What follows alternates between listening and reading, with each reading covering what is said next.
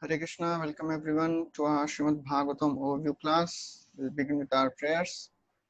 Om Jnanatamrandhasya दस्य Jnananjana ज्ञानाञ्जनशलाकया Chakshurmilitam Yena चक्षुरुन्मिलितं Tasmai तस्मै Shri Gurave श्रीगुरवे Namaha नमः Shri Chaitanya श्रीचैतन्यं Manobhishtam मनोभीष्टं Sthapitam स्थापितं Yena येन Bhutale Swayam Rupa Kadamahim तदामहि Dadati ददाति Swapadantikam Vandeham Shri Guru Shri Yuta Padakamalam Shri श्रीगुरुपदकमलं Guru Vaishnava वैष्णवाञ्च Shri Rupam रूपं साग्रजाता Sagrajata Sahagana Raghunathanvitam Tam Sariham Sadvaitam साद्वैतं Savadutam सावधूतं Parijana Sahitam परिजनसहितं Krishna Chaitanya Devam चैतन्यदेवं Shri Radha Radha Krishna Pada Sahagana Lalita Shri Vishakha विशाखान्वितां Vitam Cha च Shri हे Krishna Krishna Karuna करुणा Sindhu Sindhu Dinabandhu दीनबन्धु Jagatpate जगत्पते Gopesha Gopesh Gopika गोपिका Kanta Kant Radha Kanta Radhakant Namaste नमोऽस्तुते Sapta तप्त Kanchana काञ्चन Gaurangi गौराङ्गी Radhe Radhe Vrindavaneshwari वृन्दावनेश्वरि Vrishabhanusuते वृषभानुसुते Devi देवी Pranamami प्रणनामि Haripriye हरिप्रिये Vanchakalpataruभ्यश्च वाञ्छाकल्पतरुभ्यश्च कृपा सिन्धुभ्य एव कृपासिन्धुभैव च च पतितानां पतितानां पावनेभ्यो पावनेभ्यो वैष्णवेभ्यो वैष्णवेभ्यो नमो नमः नमः नमः जय श्री ॐ कृष्ण विष्णुपादाय चैतन्याय कृष्ण कृष्णपृष्ठाय प्रेष्ठाय भूतले भूतले श्रीमते श्रीमते भक्ति भक्तिवेदान्त वेदांत स्वामिनिति स्वामी नामिने नामे नमस्ते नमस्ते सरस्वती देवे देवे गौरवाणी गौरवाणी प्रचारिणे प्रचारिणे निर्विशेष शून्यवादी शून्यवादी पाश्चात्यदेशतारिणे पाश्चात्यदेशतारिणे जय जय श्री श्री कृष्ण कृष्ण चैतन्य चैतन्य प्रभु प्रभु नित्यानंद नित्यानंद श्री श्री अद्वैत अद्वैत गदाधर गदाधर शिवासदि गौर श्रीवासादि गौर भक्तवृंद भक्तवृंद Hare Hare Krishna Krishna Krishna Krishna Krishna Hare Hare Hare Hare Hare Hare Ram Ram Ram Ram Ram Ram Hare Hare Hare Hare Krishna, welcome everyone. So we are discussing from the fourth canto of Srimad Bhagavatam, and last time we had completed the 23rd chapter of Srimad Bhagavatam, fourth canto, and which was describing the departure of Prithu Maharaj as he went back home, back to Godhead.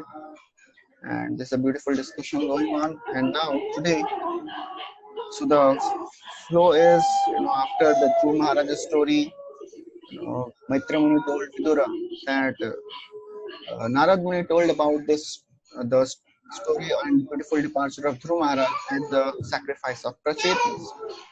So Vidura inquired, please tell me about Prachetas. Where were they performing the sacrifice? And then in response to that, Maitreya Muni started the description of the descendants of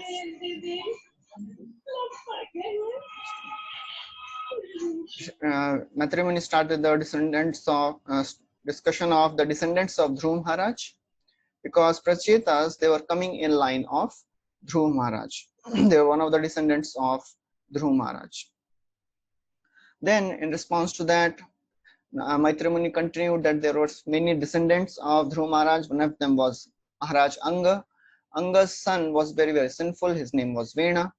And because of that, he left his home very early. Vena, he was very sinful. He was disturbing the citizens, and so much of chaos was there in the whole kingdom. As a result, the sages, they killed him, and then the body of Vena was churned, and from that Prithu Maharaj was born.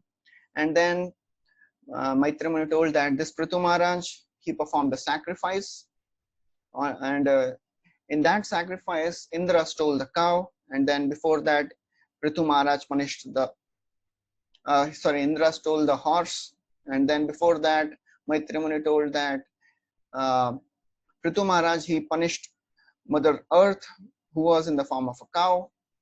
So in response to these things, Vidura asked, why Mother Earth took the form of a cow? Why Prithu Maharaj punished her? Why Indra stole the horse? So please tell me all that. So in response to that question, Maitreya Muni started the whole discussion of Prithu Maharaj performing the 100 Ashwamedh Yagyas and how Indra was stealing the horse again and again because he was fearful that Prithu Maharaj would become more powerful than him. And then after that, on the request of Brahmaji, Prithu Maharaj stopped at 99 yagyas. Then Lord Vishnu appeared. Lord Vishnu gave benediction to Prithu Maharaj.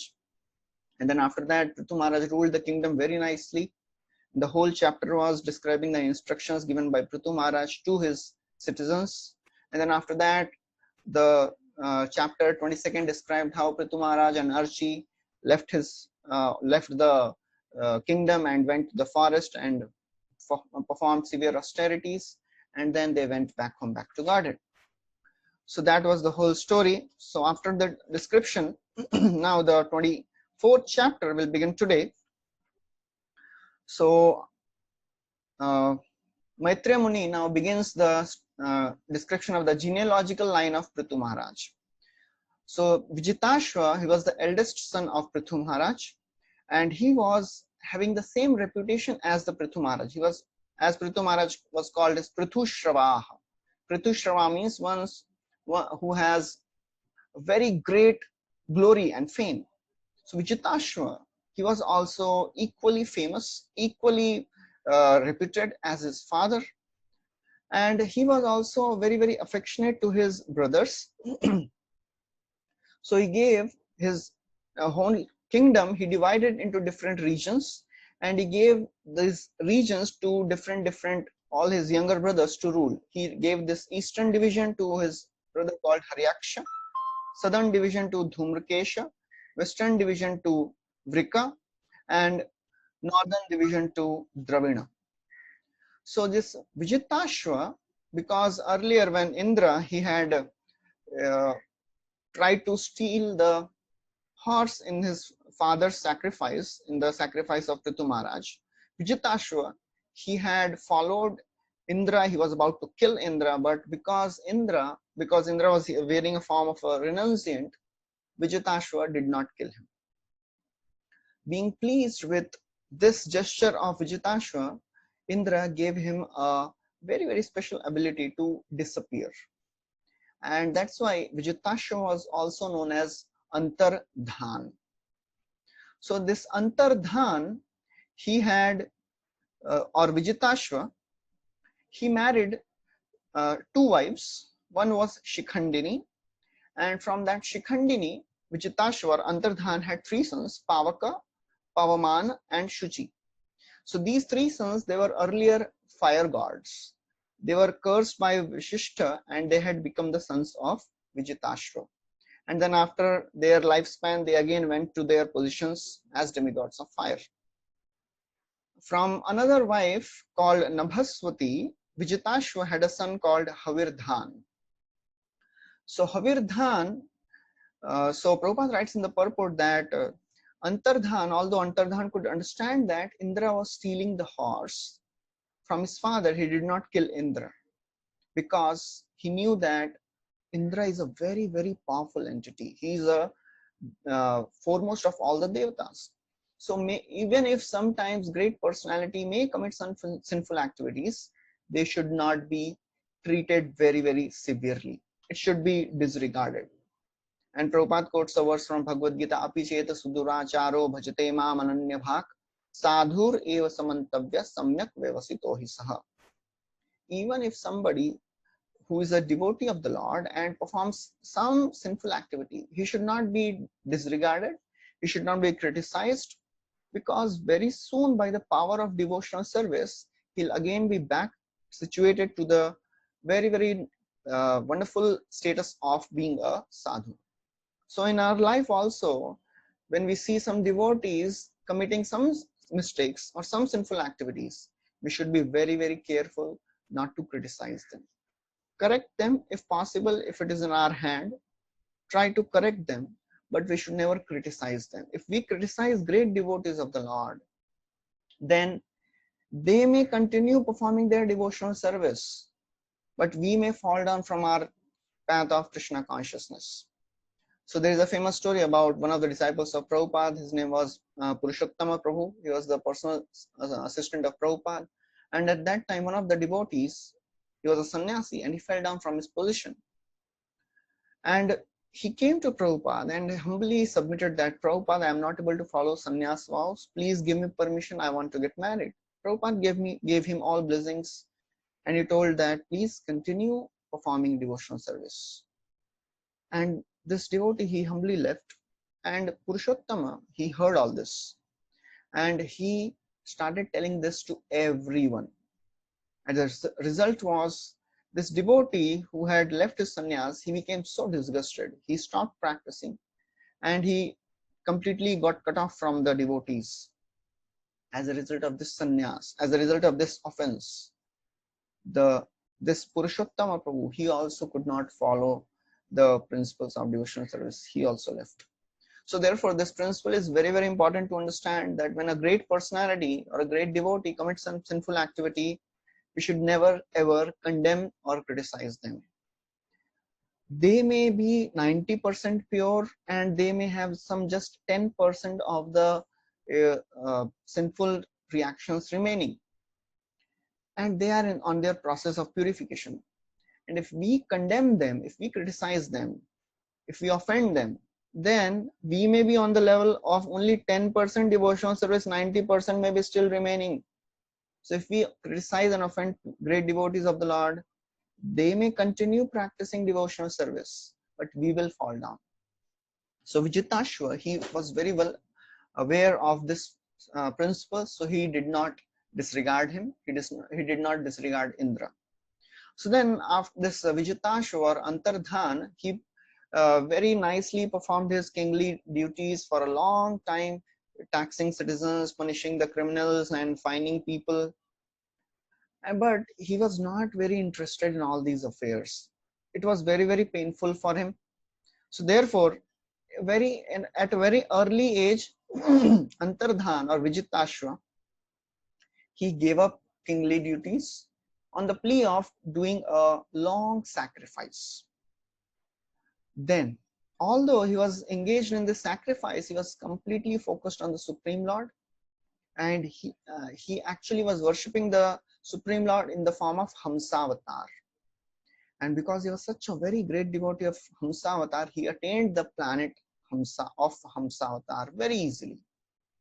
So then this Havirdhan, one of the sons of Vijitashva from Nabhaswati, he married a lady called Havirdhani, and they had 6 sons: Barhishat, Gaya, Shukla, Krishna, Satya, and Jitavrata.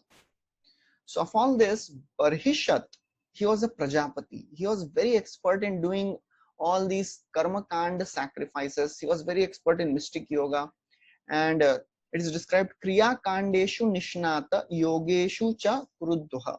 So Maitreya is telling to Vidura, Kurudduha, this Barhishat, he was Kriya Kandeshu Nishnat. Nishnat means very expert. So he was very, very expert in all these karma kand rituals, and he was expert in mystic yoga process. So therefore he performed many, many sacrifices. And why his name is called Prachina Barhishat. So this Barhishat is also called by the name Prachina Barhishat. So because this this King Barhishat, when he would perform sacrifices, so he would scatter kusha grass. And we have heard in the 3rd canto that kusha is the hair of Lord Varahadev. So it is very auspicious, used in sacrifices. So kusha, he would scatter kusha grass all over the earth, with the tips of the kusha grass pointing towards east. So east is called Prachin or Prachi in Sanskrit. So therefore, from this word Prachinagraihi, Agrai means the tips of the kusha grass, they were pointing towards east, Prachi. So from that, this king, he was so very expert.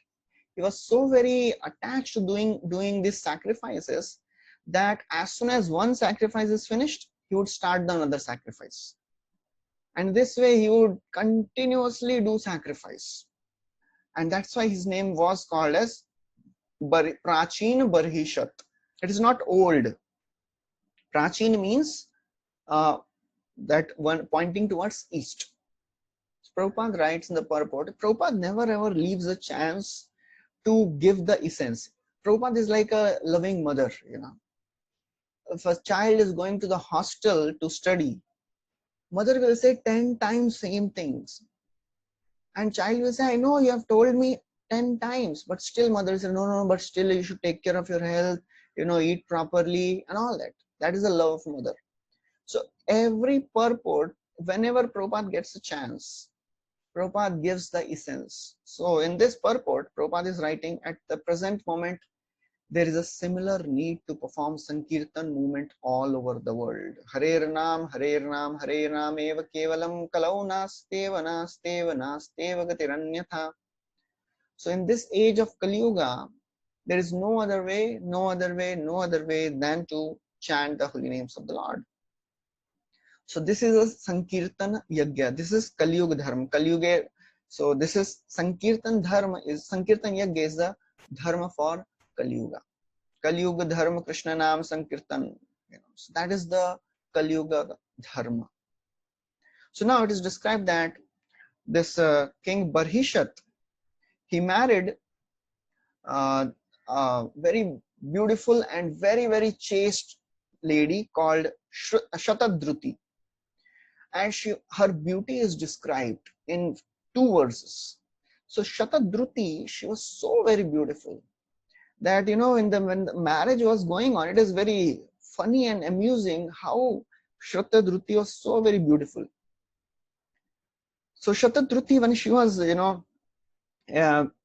marrying with this Barhishat, and she was doing the parikrama of the Yagya Kund, even Agni became attracted to Shatadruti during her marriage ceremony.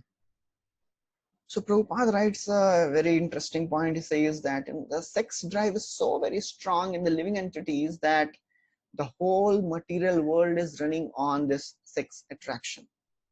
So that is the one thing which keeps a living entity in this material world. So this Hridaya Granthi becomes very strong when it engages in this activity. And this Shatadruti, she is so very beautiful that everybody, all the devatas, they were captivated by the beauty of Shatadruti.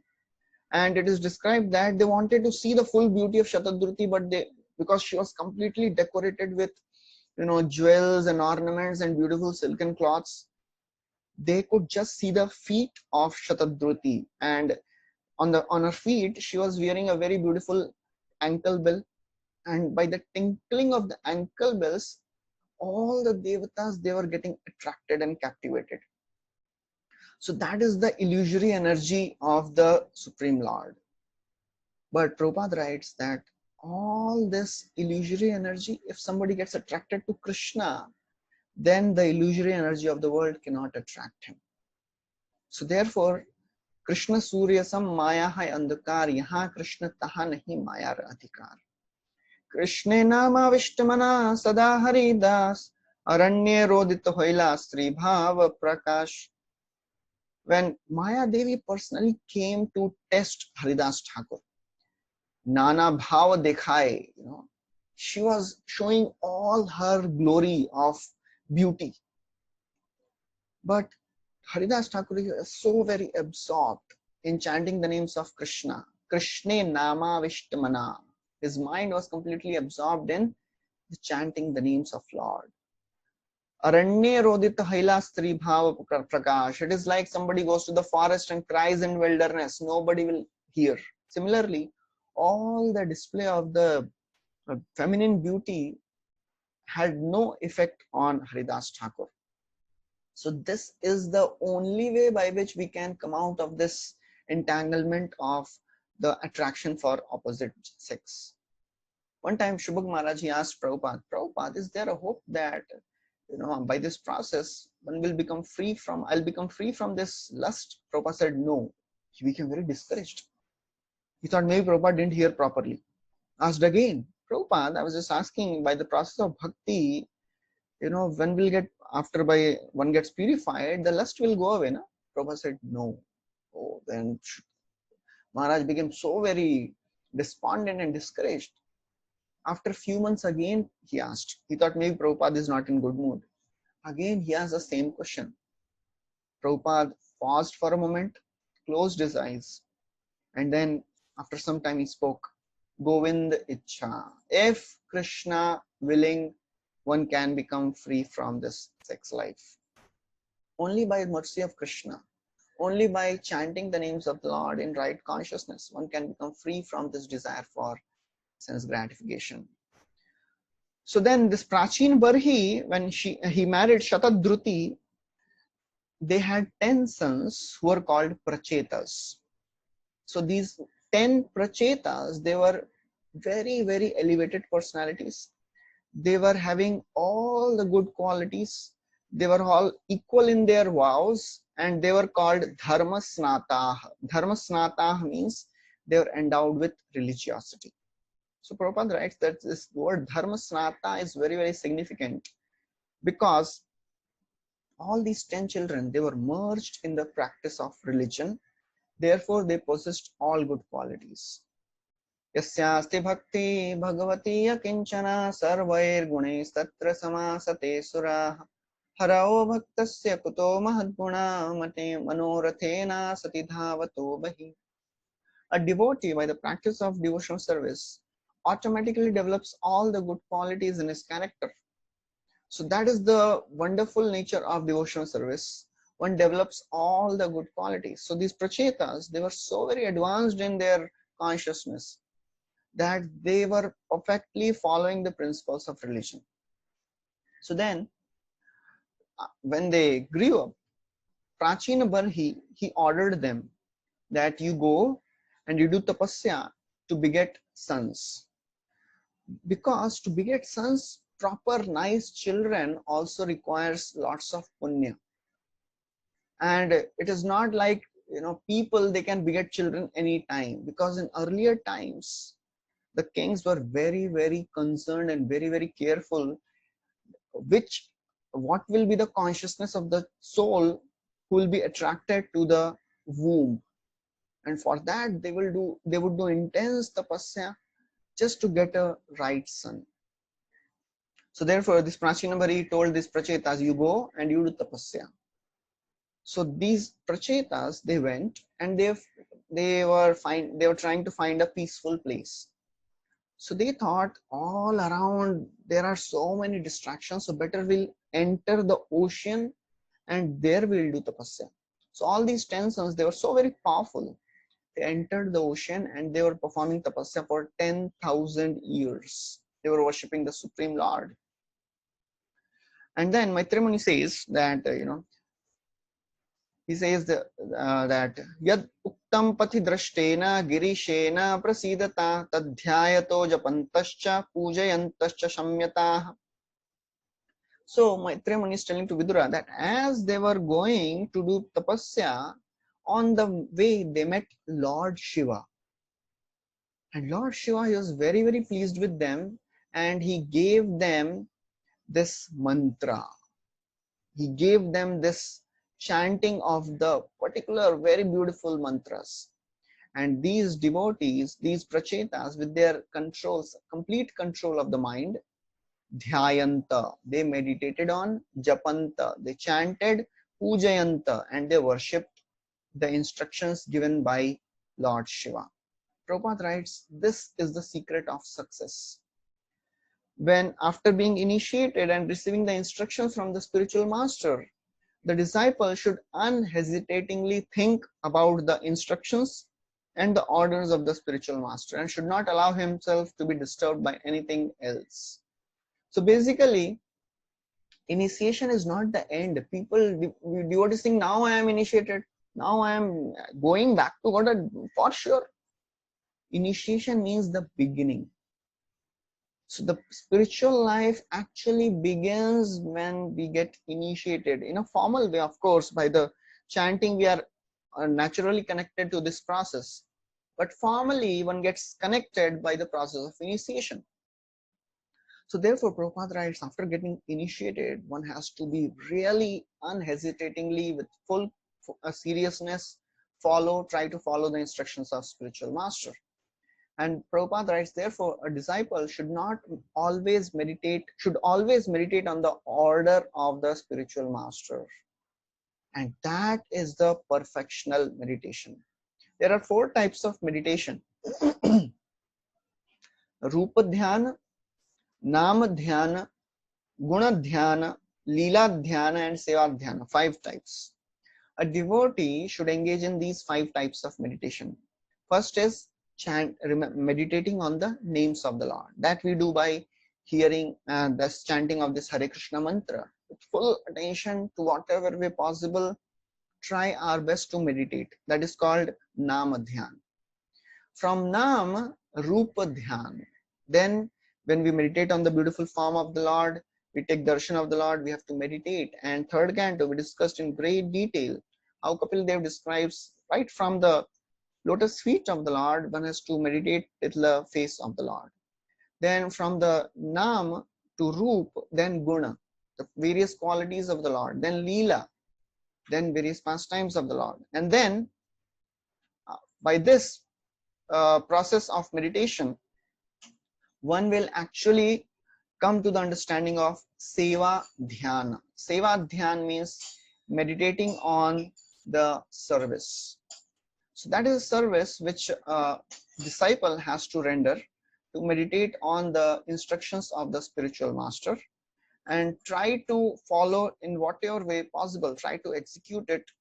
So that is the success. And Prabhupada writes in one of the purport in the first canto, 5th chapter, without being self-controlled, without being disciplined, and without being very serious, one will not be able to follow the instructions of the spiritual master, and without doing so, one will never be able to go back to Godhead. So therefore, these prachetas, they followed the instructions of Lord Shiva very nicely. So naturally, when Maitreya Muni says this, again, Vidura, out of very inquisitiveness, he asks two questions. He says, what did Lord Shiva, when he was pleased, speak to prachetas? So, of course, Lord Shiva, when he met prachetas, he was very pleased with them. So, what did he speak? And how did they get his rare darshan? Because it is not so easy for living entities to have darshan of Lord Shiva. Lord Shiva is the greatest of the demigods. He is one of the Gunavatara. He is the predominating deity of the mode of ignorance. He is responsible for the destruction. He is a very elevated Vaishnava. So how is it possible that living entities, these prachetas who are engaged in this material body, they could have darshan of Lord Shiva? Even sages who have no material attachments, they can also not get darshan of Lord Shiva. And then he says that Lord Shiva is self-satisfied. So how is it that, Lord Shiva himself came to give darshan to prachetas? People in this world, they have so many material desires, and Lord Shiva is not interested in any of the people who have material desires.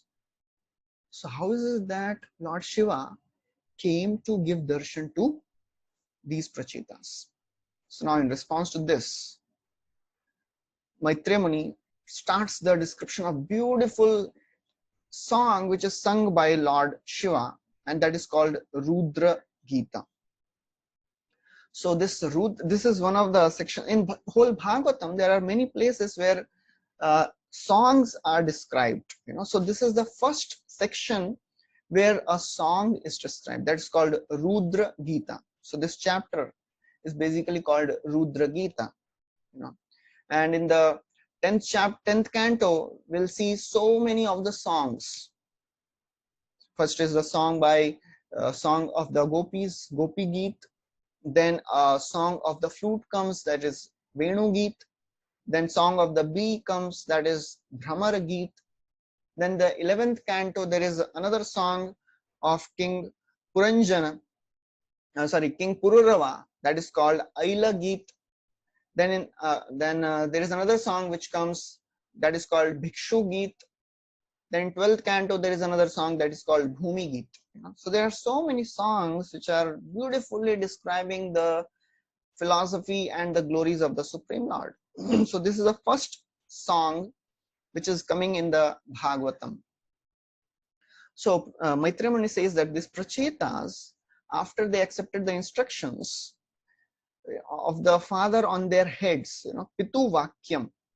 So prachetasa Pitu Vakyam Shirasadaya Sadvasa Disham Pratichim Prayayus Tapasya Adrita. So when they got the instructions from their father, they traveled towards the west and they performed their austerities there. So therefore, Prabhupada writes that every individual, whether he be a king or a father or a spiritual master, He's a representative of the Supreme Lord, and his responsibility is he should make sure that his subordinate, sons, disciples, and all the citizens, they perfect their life and go back home, back to Godhead. So therefore, it is a responsibility of every parent, every spiritual teacher, every king to make sure that they make such beautiful environment in their home or gulukul or in their city kingdom, so that the citizens, sons, children, and disciples, they may go back home, back to Godhead. Therefore, Bhagavatam says, Guru na sasyat, sajano na sasyat, pita na sasyat, janani na sasyat. So, namo chayedya samupeta mrityum. If somebody cannot deliver their dependents, one should not become father, mother, husband, spiritual master, or a teacher. So therefore, Prabhupada writes that because Prachin Barhi, he wanted his sons also to become perfect. So he sent them to perform tapasya. And then these Prachetas, they reached a beautiful lake. As they were walking, they were going to the westwards, they reached a very beautiful lake. And this lake was very calm. It is described that it was as calm as the mind of a saint. Mahamana means it was as calm as mind of a saintly personality. And therefore, it was looking very, very beautiful. And the inhabitants who were residing near that lake, they were also very peaceful. So therefore, Prabhupada writes, these saints who are like, whose minds are like very, very peaceful, they are very, very rare. Samahatma sudurlabha. A devotee should be always calm and quiet and desireless, because he is always anya bhilashita shunyam. So that is what Prabhupada writes. So the more we try to fulfill our material desires, the more mind becomes disturbed. Bhukti mukti siddhi kami sakali ashant, Krishna bhakta nishkam atayeva shanta. So devotee, because he is always focused on serving Krishna, therefore whatever his desires are, he details them in service of Krishna.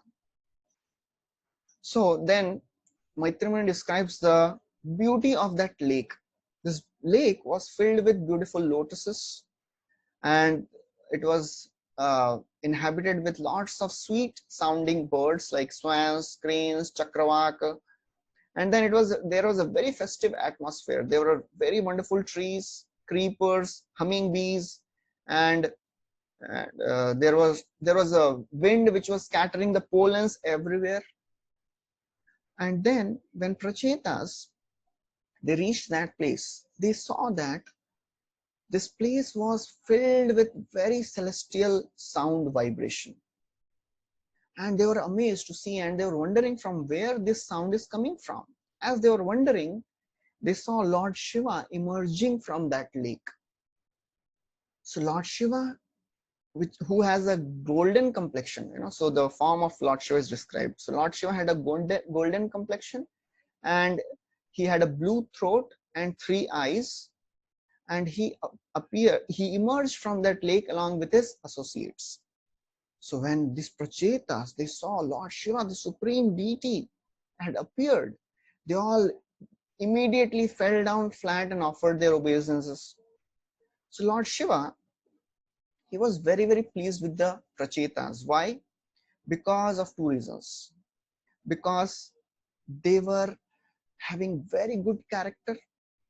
They were Shila Sampanna. Sorry, because of 3 reasons. First, they were Shila Sampanna. Secondly, because of their knowledge of Dharma. And above all, because they were devotees of Lord Vishnu. Satan prapannarti haro bhagavan dharmavatsalah dharmagyan shila sampannan pritan uvachaha. So Lord Shiva, he saw that prapannarti hara. So Lord Shiva is prapannarti hara. Whoever surrenders to him, he removes all the distress. Bhagavan, Lord Shiva is also called as Bhagavan because he is also very, very powerful devata.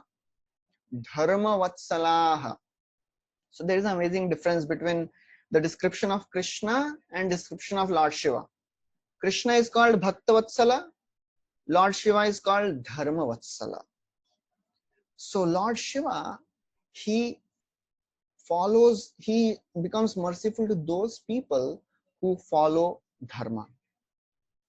Because people who are worshipping Lord Shiva, they are not always religious, but sometimes they follow religious principles. So whenever they follow religious principles, Lord Shiva is Ashutosh, he becomes very, very pleased with them.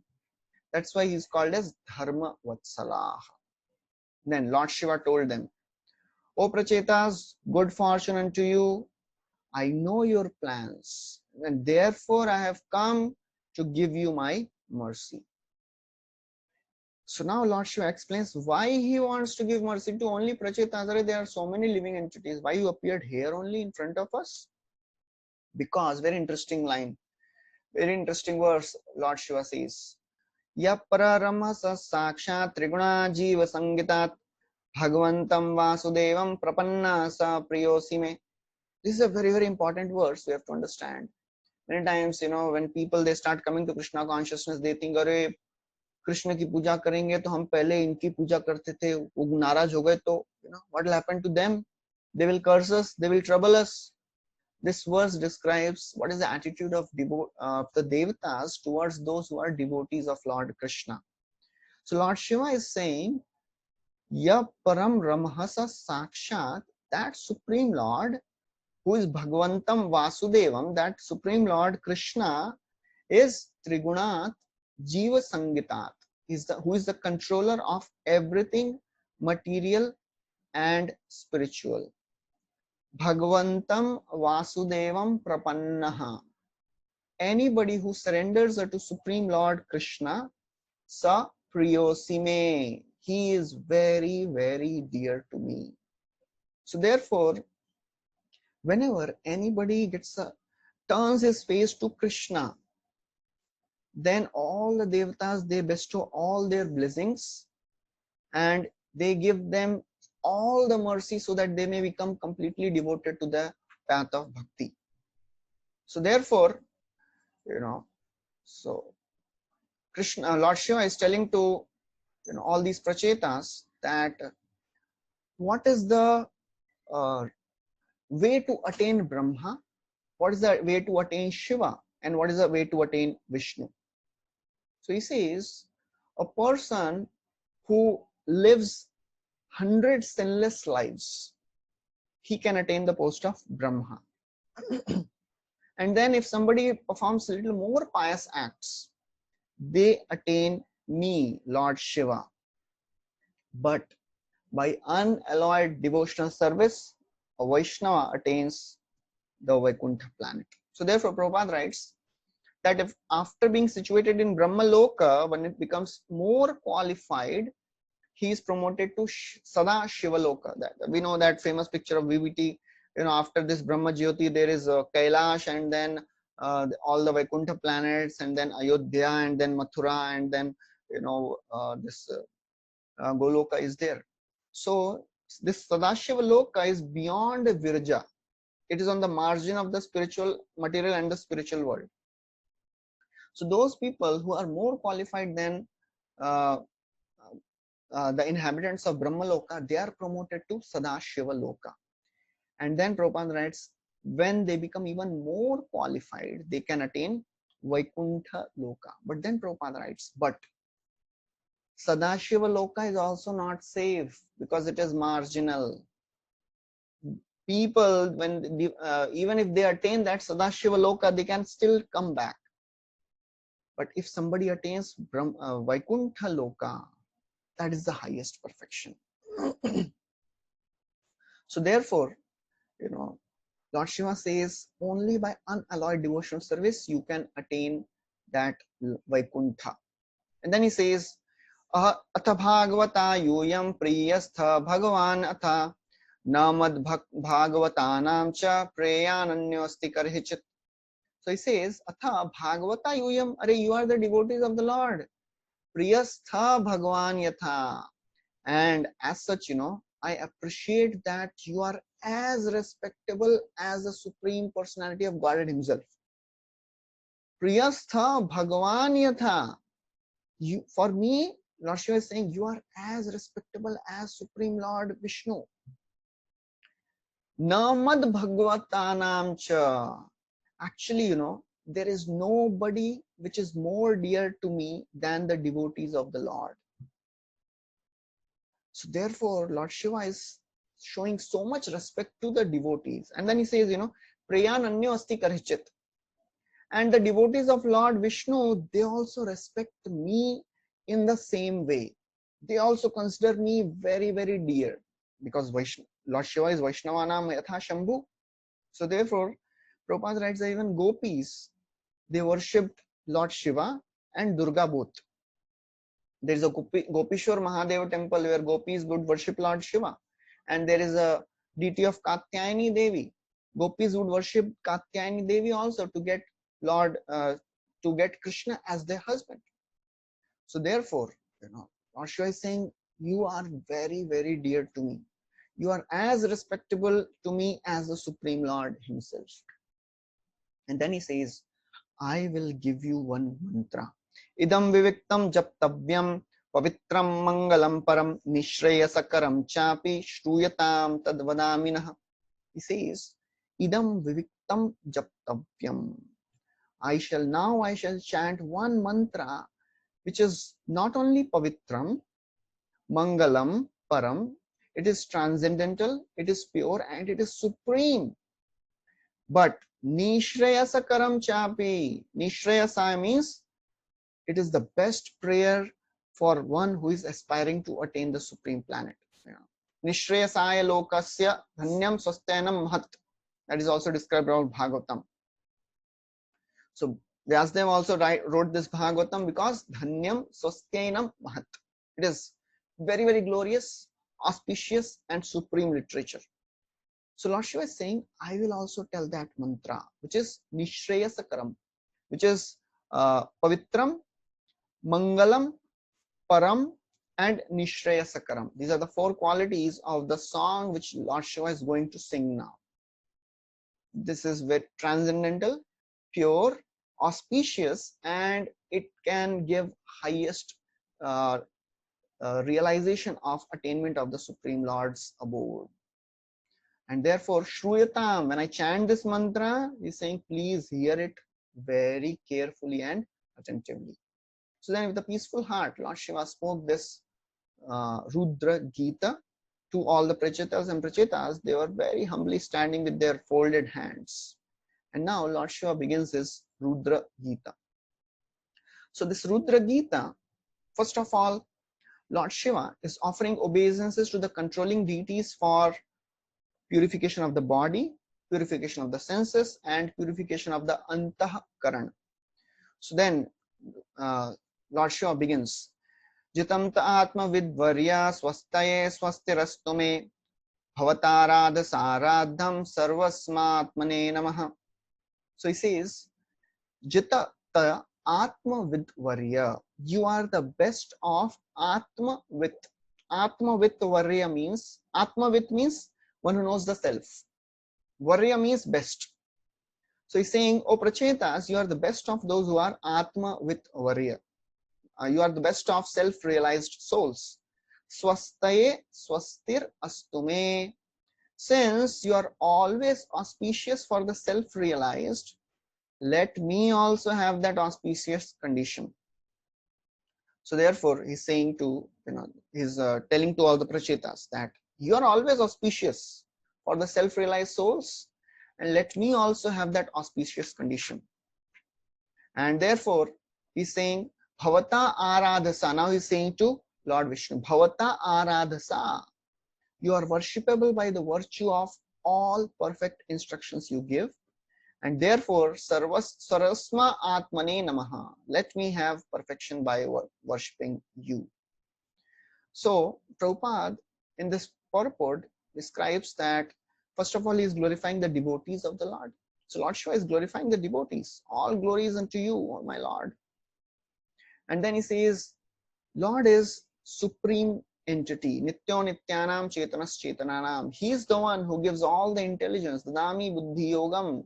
If any devotee is engaged in worshipping the Supreme Lord gives the intelligence by which he can come to the Lord. And then after that, so Lord Shiva, he starts the prayers to the deities of Antahakaran. What is this Antahakaran? So Antahakaran is basically made up of four things: Chitta, Ahankara, Buddhi, and Mana. Consciousness, false ego, intelligence, and mind. So this should be clear. What is this Antahakaran? Because this word comes many times in the Bhagavatam. Antahakaran.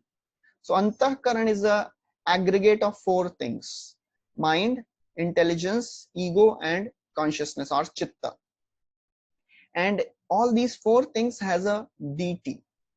So Vasudev is the deity of chitta or consciousness. And the function of this deity is, this Vasudev is the controller of the senses and the sense objects.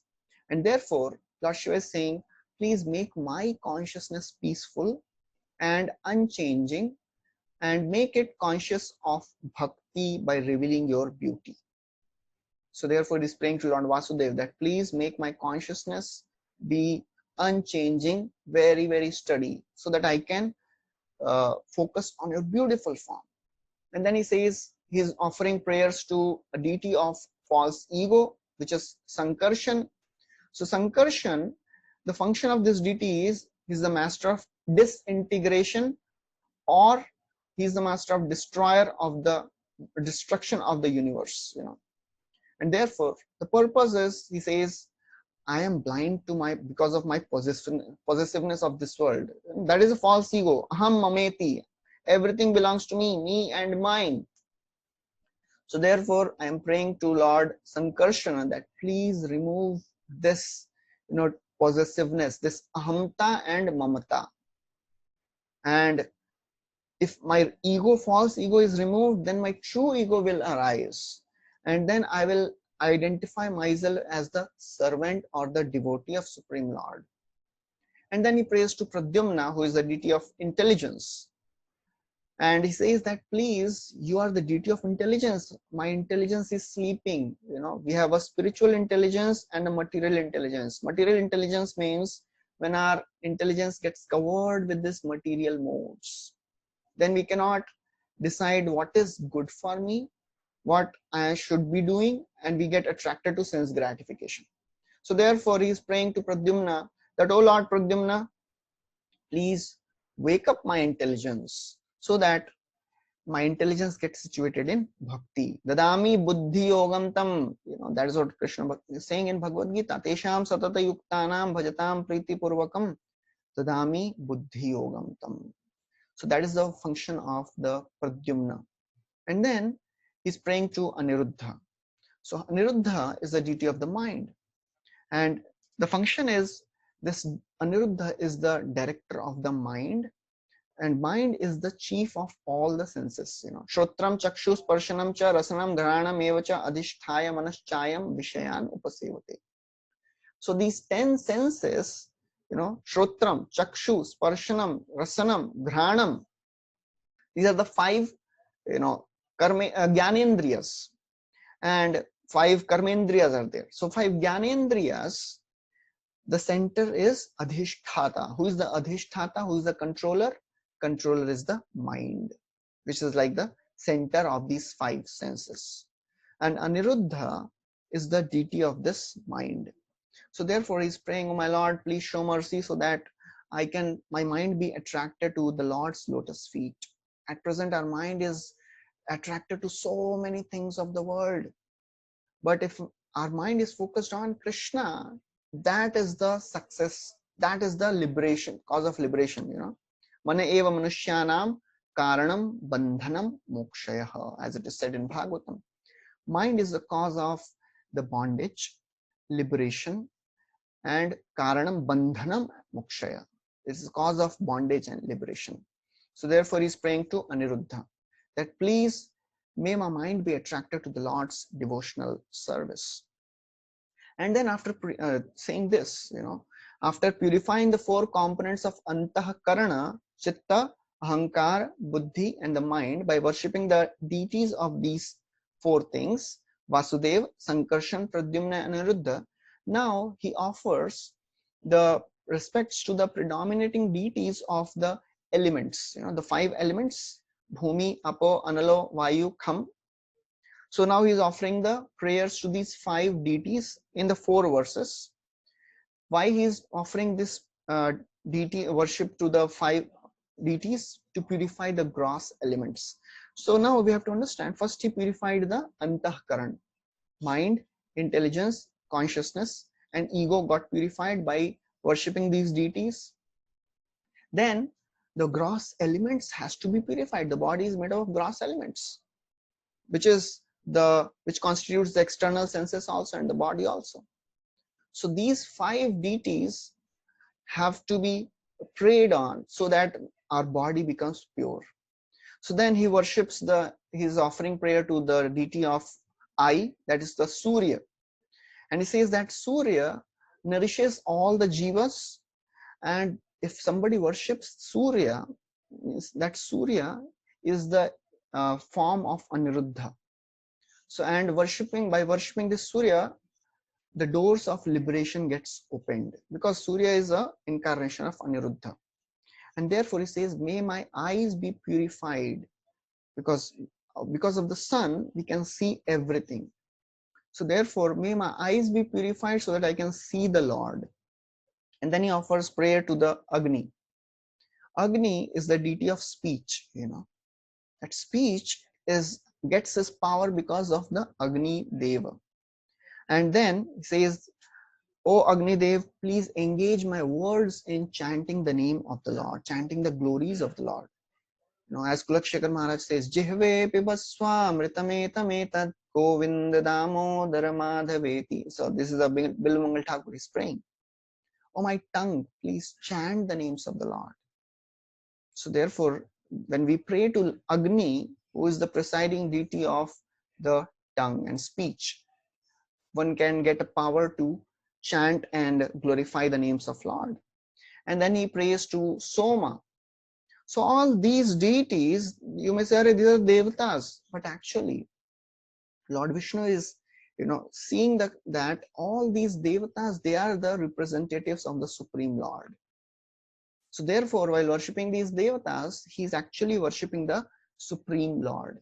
So he's saying that Soma is the deity of the mind and is the deity of the taste.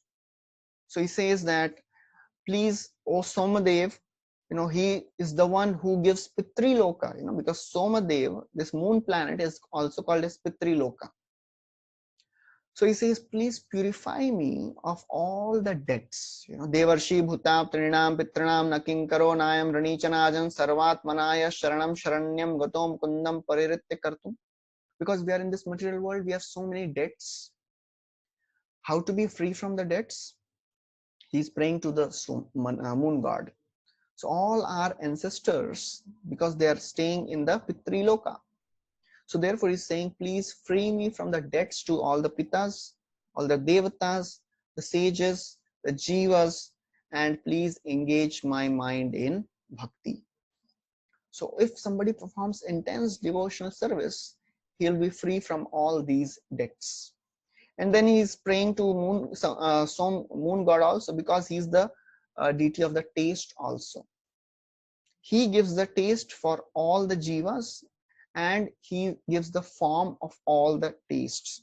So therefore he says that, I am praying to moon god, please make my taste tongue the sweetness of the things which are related to the Lord. People in this world, they want to taste so many things. And now in this situation, in this corona situation, we know people are eating all the things which are available, anything and everything. So when we pray to the Supreme Lord that please give me that taste by which I can relish the sweetness of the things which are related to the Lord. Let me not accept anything except prasad. So if we make that vow, I'll eat only prasad. Prabhupada would say we'll eat our way back to Godhead. That is true, but if we just stick to only eating prasad, I will not take anything which is not prasad. If we have that determination, then we can go back home, back to Godhead just by eating prasad also. You know? So therefore, he's saying he's praying to moon god, and then he prays to Hiranya Garbha. What is Hiranya Garbha? So this word will come again and again. Hiranya Garbha means is the predominating deity of all the souls, all the living entities. When you aggregate them, there is a predominating deity which is called as Hiranya Garbha, and that is the embodiment of this earth, and that is also Virata Rupa. So he's praying to that form. He says, please stimulate my nose to smell the fragrance of the Lord, because earth, from earth fragrance comes. So he's saying, let my nose be stimulated so that I can smell the fragrance of the Lord. Just like four Kumaras, when they smelled the fragrance which was coming from the lotus feet of the Lord, the Tulsi.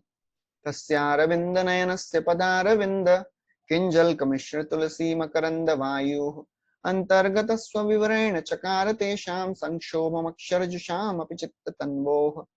When they smelled the fragrance of the tulsi, which was mixed with the saffron particles offered to the lotus feet of the Lord, they completely got agitated. They gave up their Brahman realization. They became attached to the Bhagwan form. So he's praying that may my sense of smell get attracted to the fragrance which is coming from the Lord. And then he says, let my whole body be engaged in the service of the Lord. So that is the purpose of this body. As in the second canto we discussed, Sud Goswami is saying, Saunakadi Rishis are saying to Sud Goswami, what is the purpose of this body? Shavao karao. If the body is not utilized in service of the Lord, it is like a dead body. Kaviraj Goswami says, Paya manushya janm jena shune gauro gun hena janma tara vyartha hoila. Paya amrit dhuni piye vishyagartha pani janmi ase kene nahi mahila. He says, you have got this human body. If you are not hearing the glories of Chaitanya Mahaprabhu, or why did you take birth? You should have died long back. It is as if you have got nectar, a river of nectar, and you are drinking poison from a deep, dark well. So therefore, he is praying to Hiranyagarbha that please stimulate my nose so that I can smell the fragrance of the aroma, fragrance of the lotus feet of the Lord. It's like Tulasi. Somebody was sharing that Tulasi also, what was the smell which Kumaras they smelled? We also smell Tulsi, but nothing happens to us. We don't get agitated. So one devotee was sharing that Tulasi has a very, very transcendental fragrance, but we cannot experience and relish and smell that fragrance. Once we get purified, then we'll be able to experience that fragrance which can agitate all our senses and bring us close to Krishna. So then he's praying to Lord Vayu. So Vayu, he's the protector of all the three worlds, Triloka Palaya. And then he says, please enter my mind, senses, and the body as Saha, Oja, and Bala, and make them suitable for worshipping the Lord. So therefore he's praying, oh Vayudev, please enter the mind, enter the body, enter the senses, so that I can render service to the Supreme Lord. And then he offers the prayers to the deity of the sound, that is ether, Nabha. And he says that Nabha, that ether, reveals the actual meaning of everything, supports everything, and it is the ultimate goal of pious acts, both in this world and in the next world. And therefore, please show mercy so that my ears may hear about the beauty of the Lord. And when we hear the beauty of the Lord, then the bhakti is revealed in the heart. Just like Rukmini Devi. She had never seen Krishna. She had just heard about Krishna. Sa upashrutya mukundasya rupa virya gunashriya vihagatam giyamane tammene sadrashimpati. So she had never seen Krishna. She had just heard about Krishna from the sages who would come regularly to the palace of her father. So therefore, by regularly hearing, we will also, develop our attraction for the Supreme Lord. And then he prays to the Supreme Personality of Godhead himself. He prays to the Supreme Lord. He says, I offer my all respects to you. You are the instigator of the dharmas. Pravrittaya, nivrittaya. You are the giver of the results of those who worship you. And you are the results of the giver of the results of irreligious activities also. And then after that, he offers his respects to Lord Shiva. Rudra. Rudra is the deity of Ahankar. So he says, I offer my respects to Rudra, who is the deity of false ego. He is the reservoir of three kinds of energies, Adidaiva, Adhyatma, and Adibhuta. Because material energy is walking under him. He is the husband of Durga Devi. So he is the reservoir of three kinds of energies. And he says, Rudra is the source of egotism. And from him, the form of knowledge and the action comes. So therefore, please be merciful to me. Purify me of this false ego of being enjoyer and make me servant of Supreme Lord. May my real ego be awakened. What is real ego? Real ego is Aham Brahmasmi. I am servant of Lord. I am spirit, soul. I am not part. I am not, the enjoyer of this material world. I am supreme. I am a part and parcel of the Supreme Soul. Jivera Swarup Hoy Krishnera Nityadas. In this way, after remembering all the predominating deities of the mind, senses, and all the gross senses and the body, now Shiva, he becomes purified, and now he prays to see that Lord. Now beautiful next verses describe the beautiful description of the bodily beauty of the Lord. Darshananno didrikshunam dehi bhagavatarchitam rupam priyatamam swanam sarvendriya gunanjanam. He says, oh my Lord, darshanam no didrikshunam. I wish to see you. Didrikshu means I am hankering to see your form. Dehi, please give me bhagavatarchitam. Your form is very, very dear to your devotees. It is worshipped by your dear devotees. Rupam priyatamam swanam. You have many forms, but he says, I want to see that form which is specially liked by your devotees. Priyatamam. I want to see that priyatamam rupa, not other roops. I want to see that priyatamam roop, very beautiful roop which your devotee likes to see. Sarvendriya Gunanjanam. And why do I want to see that form? Because it is satisfying to all the senses. Sarva Indriya Guna Anjanam. Only Supreme Lord can satisfy all the demands of all the senses. In this material world, senses are hankering to see beautiful. Eyes are hankering to see something beautiful. Ears are hankering to hear something nice. Hands are hankering to touch something very pleasing.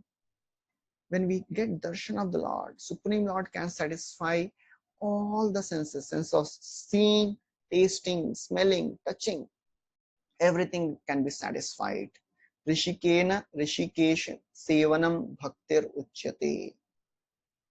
So if we engage our senses in serving the Supreme Lord, Rishikesha, then our senses will also be purified.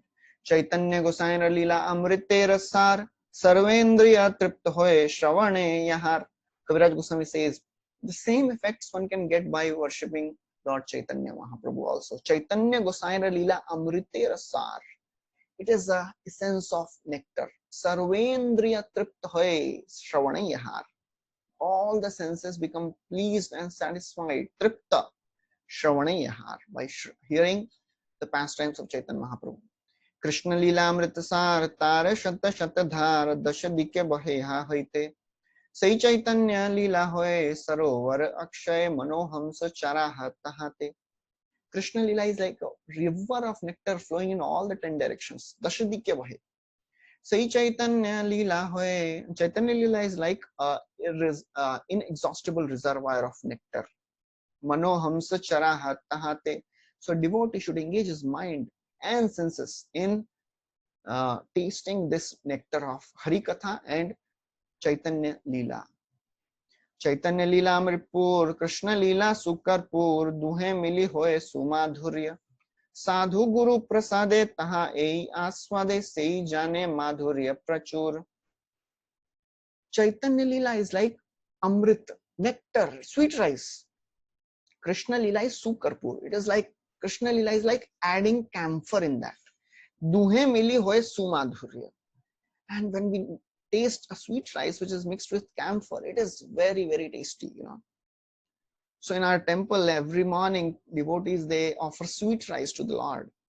And devotees from all over the bases, all the students, you know, they are hankering to eat that sweet rice, taste that sweet rice. It is nectar. You know, those who have tasted it, they know. So it is that Krishna Leela and Chaitanya Leela is like that. Duhe mili hoye sumadhure. And how we can get this nectar? Sadhu Guru Prasade Taha Ei Aswade. Only by the mercy of Guru and Krishna and the devotees, we can get that. So therefore, Krishna Katha is, and the form of the Lord is Sarvendriya Gunanjanam. It can purify and satisfy all the senses. The quality of the form of the Lord is, it is Manah Kantam and Shuchapaham. Rupam Bhagavato Yattat Manah Kantam Shuchapaham. Manah Kantam, it is pleasing to the mind, and Shuchapaham, it is purifying. So therefore, Lord Shiva is saying, please show me that form, O my Lord, because that is purifying and that is satisfying all the senses. Then he says, Snigdha Pravrid Ghanashyamam Sarva Saundarya Sangraham Charu Ayat Chaturbahu Sujata Ruchirananam. Snigdha Pravrid Ghanashyamam. The Lord has a complexion of a beautiful dark rain cloud. Sarva Saundarya Sangraham. He is the abode of all the beauty. And you know, the best part of the Sarva Saundarya Sangrama is what? Lord likes to give credit to his devotees. He always likes to give all the credit to his devotees.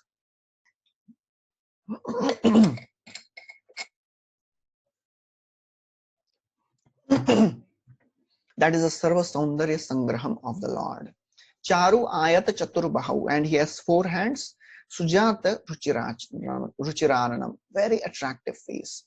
Padma Kosha Palakshaksham Sundar Bhru Sunasikam Sudujam Sukapolasyam Samakarna Vibhushanam. Padma Kosha Palakshaksham. Lord has a very beautiful lotus petal like eyes.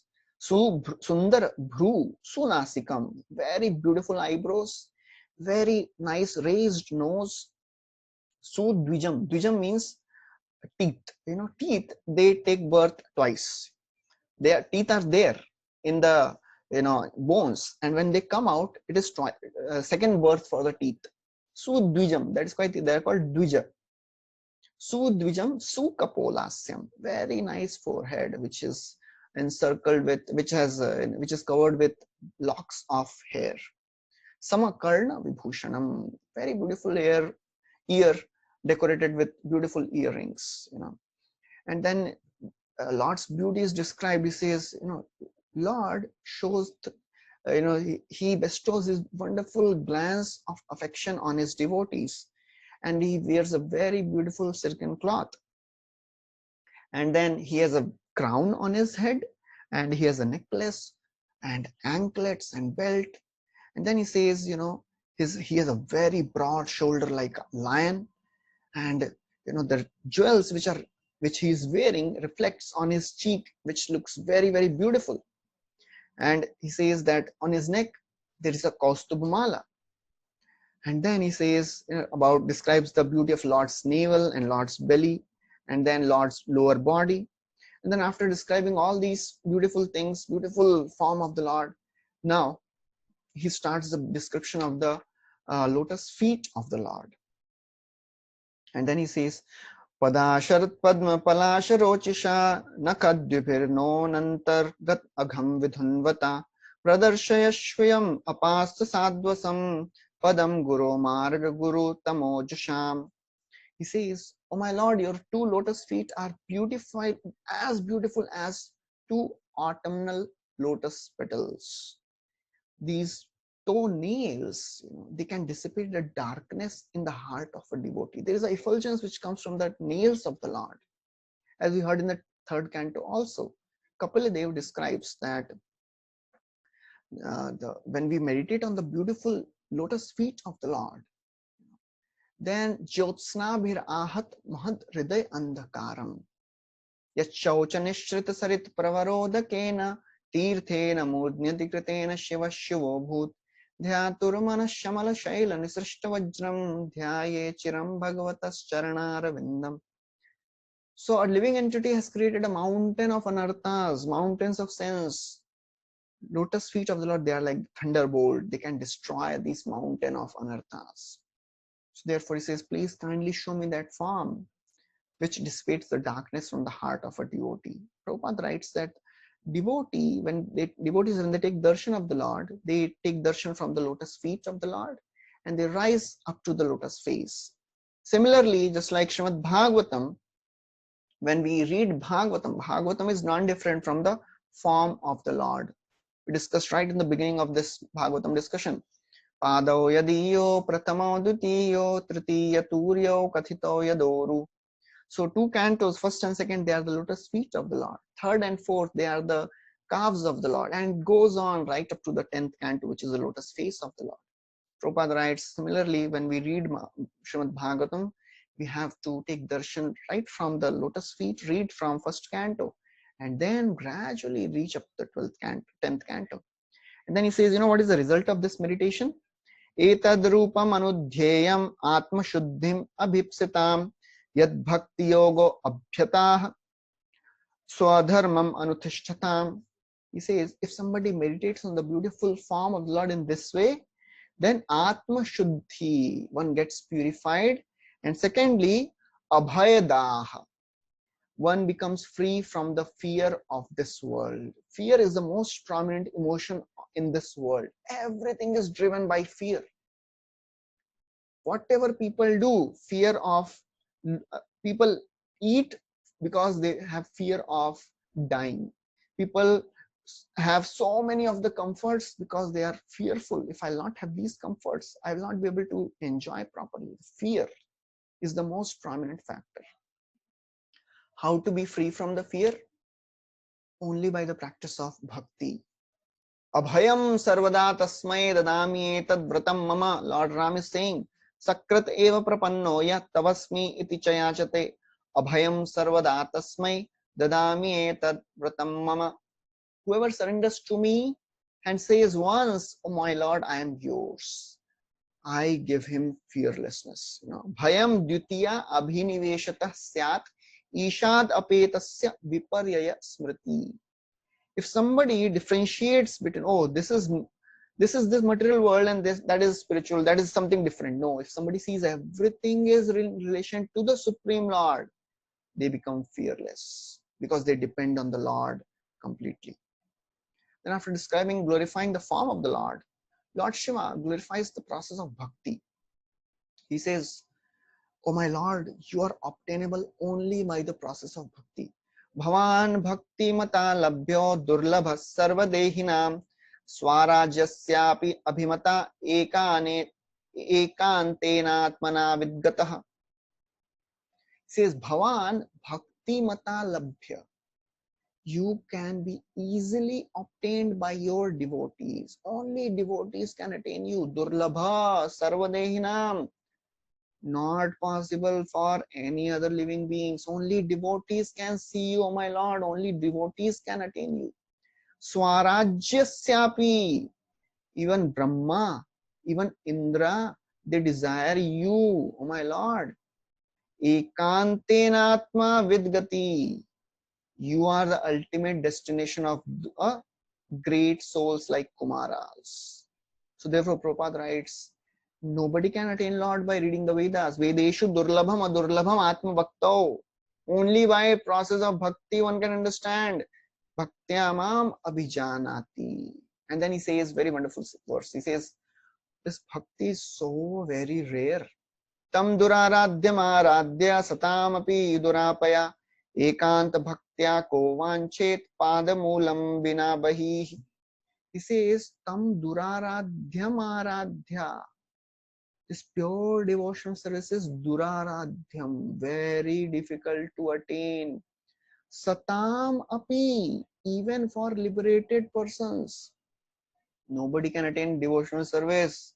So just because we have got this bhakti, that means we are so very fortunate and so very rare opportunity we have attained. Because Lord Shiva is saying, it is duraradhyam durapaya aradhya. Even great souls, satam api, they cannot attain bhakti. Ekant bhaktya ko vanchet.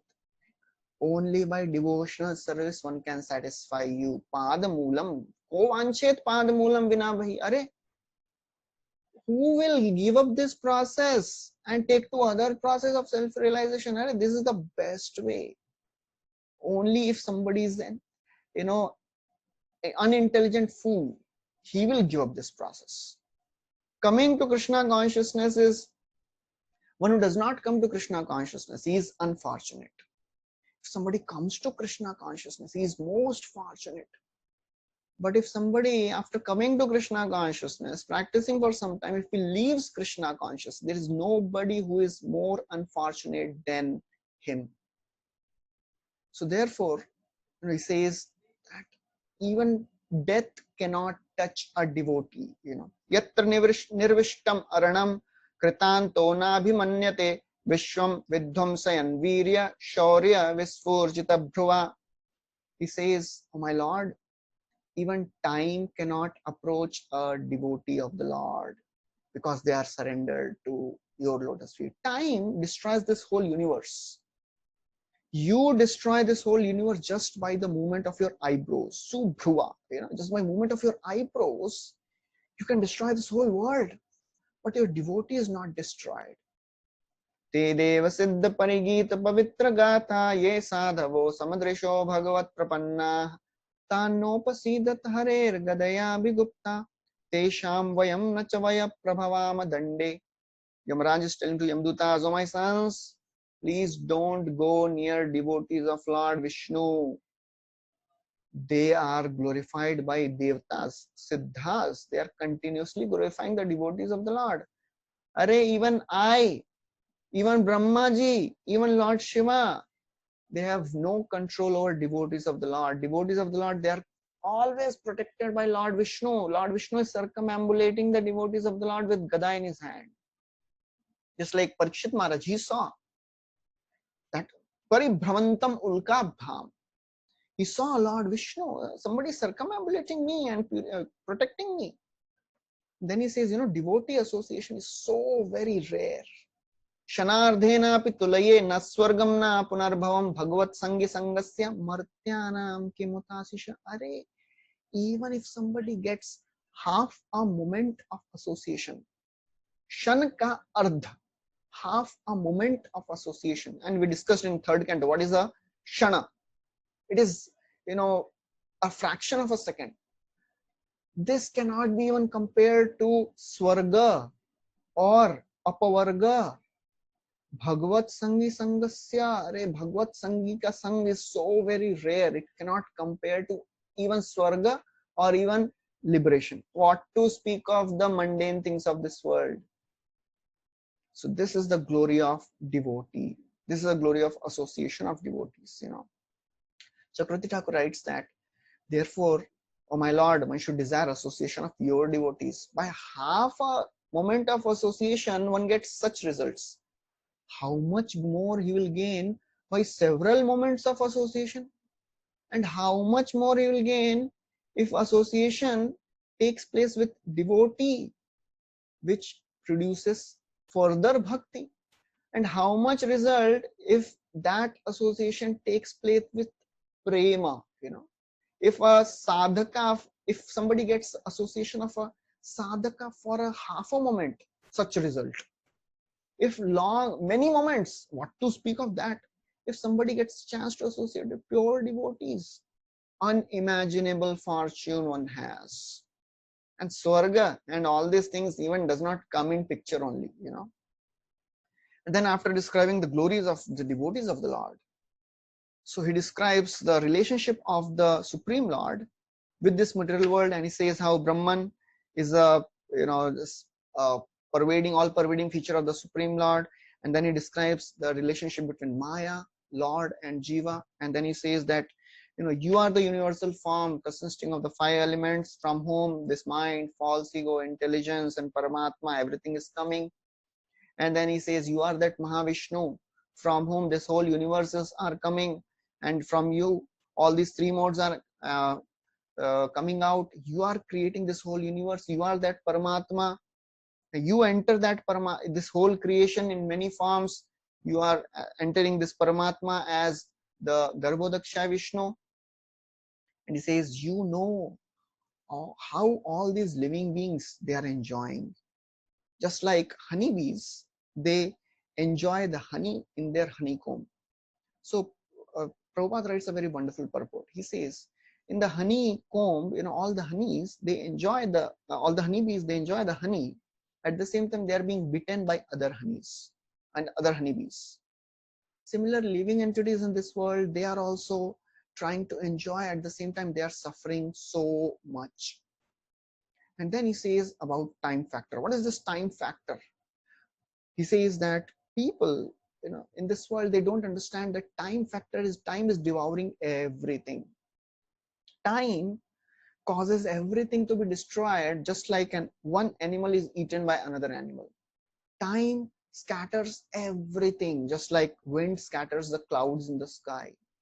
Time suddenly strikes a greedy person who is desiring material objects, just as a snake seizes a mouse and very easily swallows him. So this is a very beautiful verse.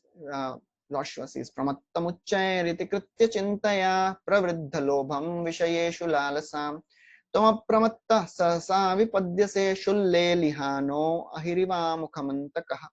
He says, Pramattam Uchchair, my Lord, all the living entities are completely mad. Iti kritya chintaya, they are always thinking about sense enjoyment in this world. Why? Pravriddha lobha. Lobha bahut unka. They are so very busy with their desire. I want this and that. Uncontrollable greed. Vishayeshu lalasa. They want to enjoy. But you are apramattaha. You are always alert. You are unbewildered. Sahasa vipadyase.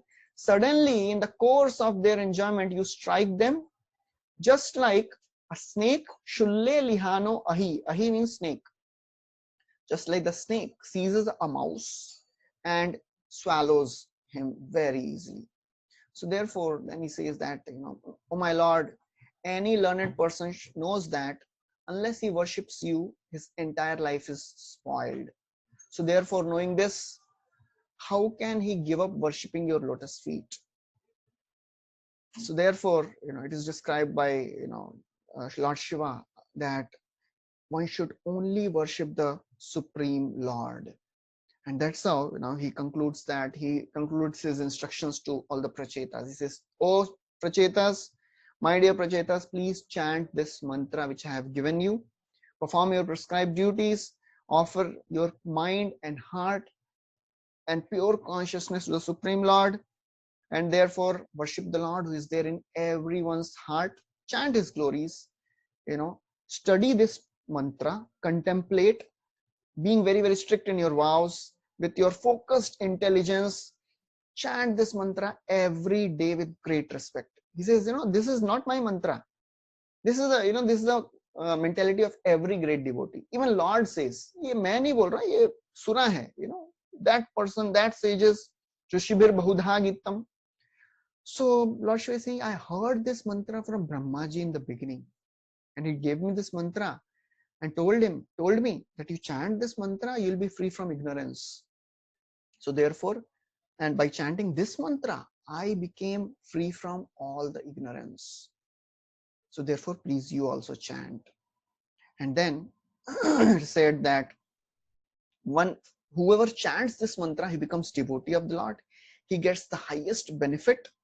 And then this is the most auspicious of all the auspicious things in the world. And actually the knowledge which you get is the very, very supremely auspicious thing. But then, this devotional service is much more auspicious than getting the knowledge of this world. Please chant this mantra with faith, Shraddhaya.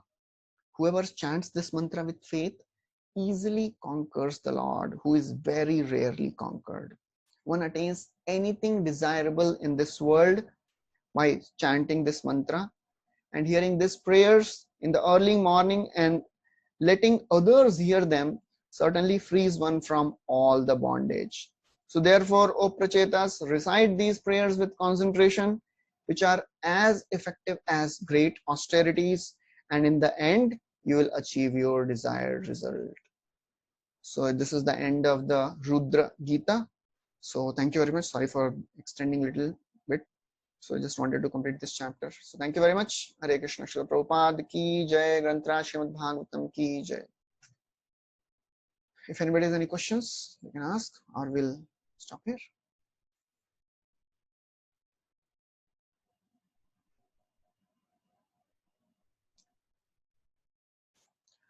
Okay, so thank you very much. Hare Krishna. Srila Prabhupada ki jai.